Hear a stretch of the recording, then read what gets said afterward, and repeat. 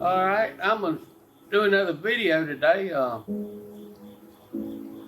Kind of going back in memories back when I was driving a tractor trailer truck. And I invite you to come sit in my chair and we'll have a little talk this morning. But I thinking about it this morning on preparing. I kind of had two scriptures that I kind of wanted reference to. Revelation 1 and verse 18. Jesus states he has the key to death and Hades, signifying he has ultimate authority. And Revelation 3 and verse 7 refers to the key of David, representing his power to open and close doors. Back when I first got my truck, a few weeks later, my key.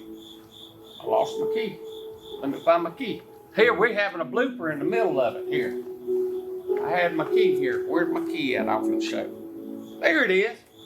So we got a blooper in the middle of this video. But when I got my truck, the key broke a few weeks later. Long ways, not in half. It broke where the teeth of the key come off. I could still take that key and jiggle my switch and crank my truck. Couldn't lock or unlock my doors. And I just left it that way. And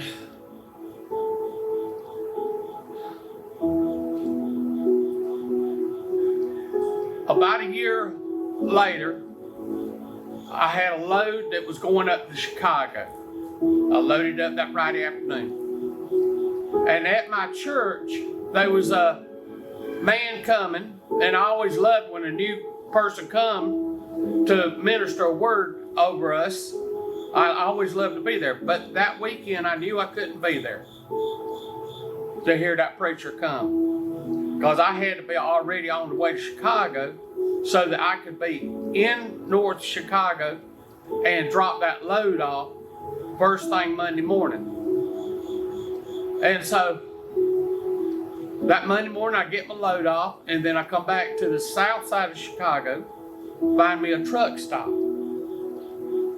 to park and go inside. And at that time, we didn't have cell phones. This is back about 2001, and didn't have cell phones. So I'd go in and use a payphone to call my dispatch back here in Georgia to let them know I was unloaded and needed to try to find a load to get coming back home on. And so usually at that point, when I'd call them, I'd go back out to my truck and wait an hour or so and then go back in and call them again. Well, going back out to my truck, I walked through the truck driver's lounge and TV's playing. And there was a preacher on the TV, and the words coming out of his mouth, if God's got something for you to do, he's going to make way for you to do it. And it just felt like when he said that, it was like it hit my chest.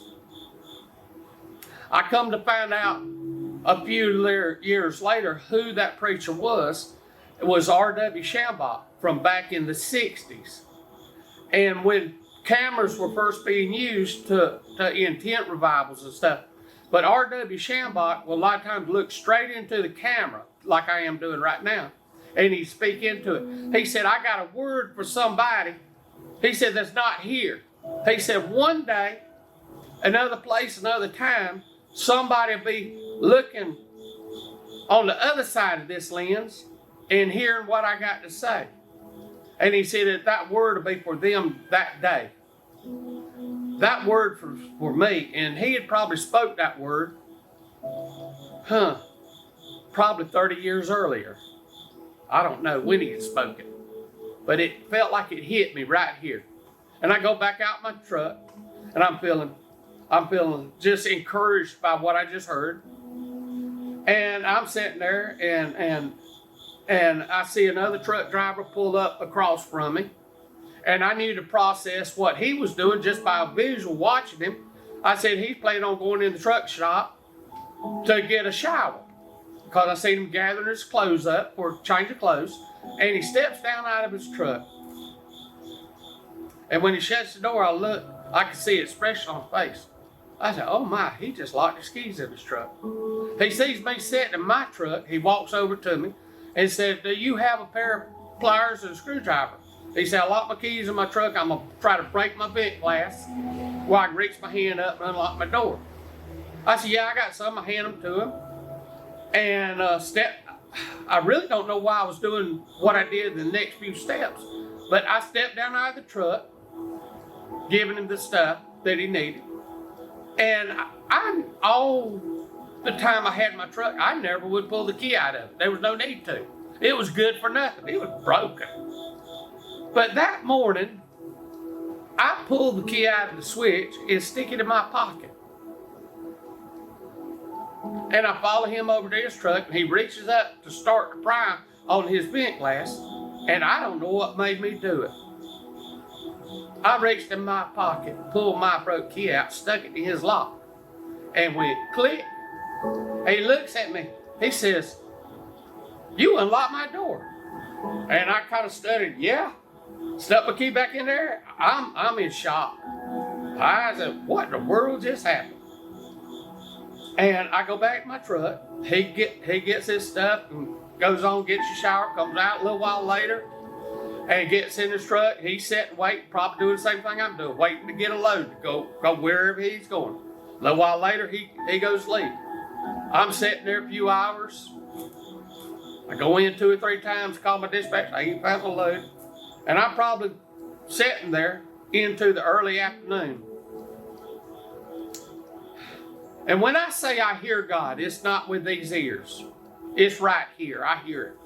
It's just something just comes in me, and it's as clear when he talks to me as what I'm talking right now, without being audible. And I heard him start speaking to me. He said, Jimmy, he said, what happened a little while ago, he said, I did that for you, not for that other guy. And he asked me a question. He said, how possible was that to happen? I said, it was impossible. There ain't no way that could have happened. He said, how hard was it? I said, it was so easy. I just went click. And he said, I've done that for you because I have some things for you to do in this life that are that impossible. But when I do them through you, it's going to be that easy.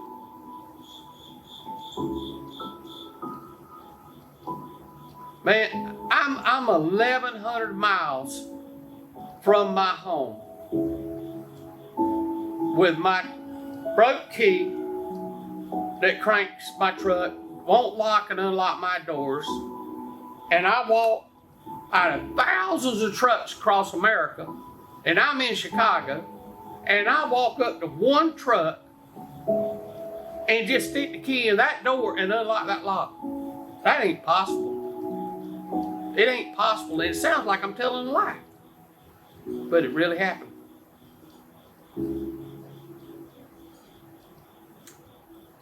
I get back home later that week, and I'm talking with my pastor, and I said, the man that came to the church, I said, what kind of word did he have for the church? Because I was always interested in what kind of word a man of God would bring to us. And he said, as he was driving to the church in his trip from where he lived to get there, he said he was just quietly listening to God. He said, I need a word to speak to these people.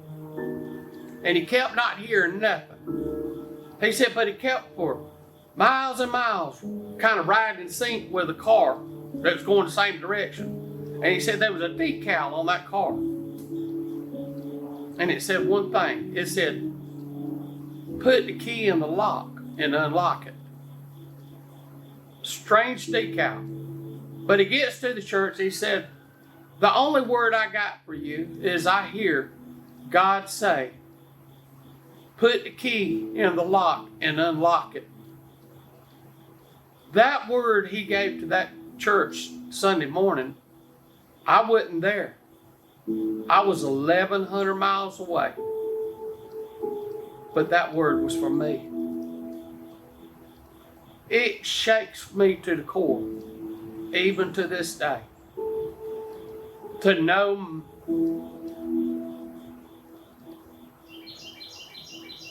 that God has a reason I'm here. And it ain't about me to say, hey, look at me. But to know that I have a purpose that he wants to fulfill. And as messed up as I get at times, I have to come back and remember to stay surrendered to him, because I'm his vessel that he made, and he can use me however he chooses. And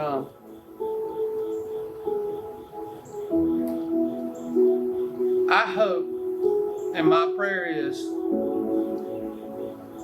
that somebody on the other side of this camera will hear this story and it'll ignite purpose in that person. Just like R.W. Shambach spoke into a camera, and 30 years later it hit me and a miracle happened.